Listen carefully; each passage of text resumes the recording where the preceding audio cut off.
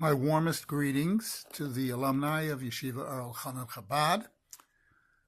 This Shabbos, it's Parshas Mishpatim.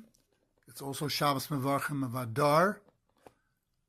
So it's a really triple Parsha, of course the Parsha of Mishpatim itself. At the end of the Parsha, it says, after Matan Torah, Vayechsu es holakim vayochlu vayishtu. They saw a vision of Hashem, and they ate and they drank. We can interpret this in three different ways. The first is a negative thing. They rejoiced, eating and drinking, having a good time, but they were not respectful enough for the Shekhinah. They saw the Shekhinah, and they were sort of on a lower level.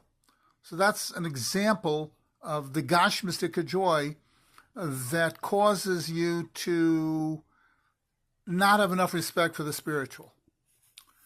There's another interpretation. The first one is in Rashi. The second is also in Rashi, that they didn't actually eat and drink.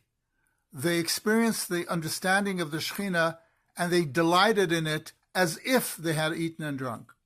So there, it's a totally spiritual thing, nothing even physical.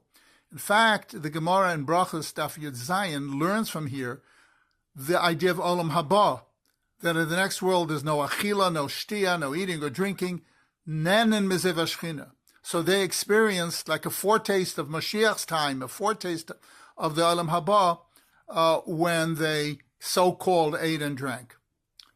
There's a third interpretation, both in the Ramban and in the Ibn Ezra, that it was a positive experience. They ate and drank and they were happy, because at a simcha shel mitzvah, you're supposed to be happy. You enjoy yourself. And they didn't drag it down like the first interpretation of Rashi.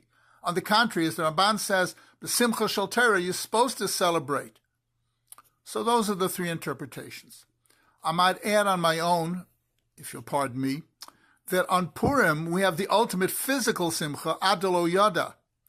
And yet, Purim, there's nothing negative about. Here there was something negative, and by Purim there's nothing negative. It's the perfect coming together of a physical enjoyment with a spiritual enjoyment. Perhaps the reason was that, as we know by Matan Torah, it was kaf aleim har kagigis. There was a certain amount of coercion. Whereas by Purim, hoder kiblu b'meach hashverish, it was totally from free, it was totally from inside. It was bepnimius, it was in an inward way. Now, if you're serving Hashem inwardly, there's no contradiction between the physical pleasure and the spiritual. One doesn't conflict with the other. You rejoice physically, you eat and you drink and you celebrate, adalo yada, but at the same time, it's a spiritual pleasure. It's the perfect putting together of the physical and the spiritual, because they accepted it without coercion. They accepted it because it penetrated all the way inside. May Hashem bless us and all of us in Klal Yisrael with a truly freiliche Purim. Should be Me'ein Olam Haba with the Simcha of Mashiach. And even in this world, it should be that perfect matching together of physical joy, spiritual joy, coming with a simcha b'pnimis, as the Rebbe always used to say by Shavuos, that the Matan Torah is b'simcha u'b'pnimis.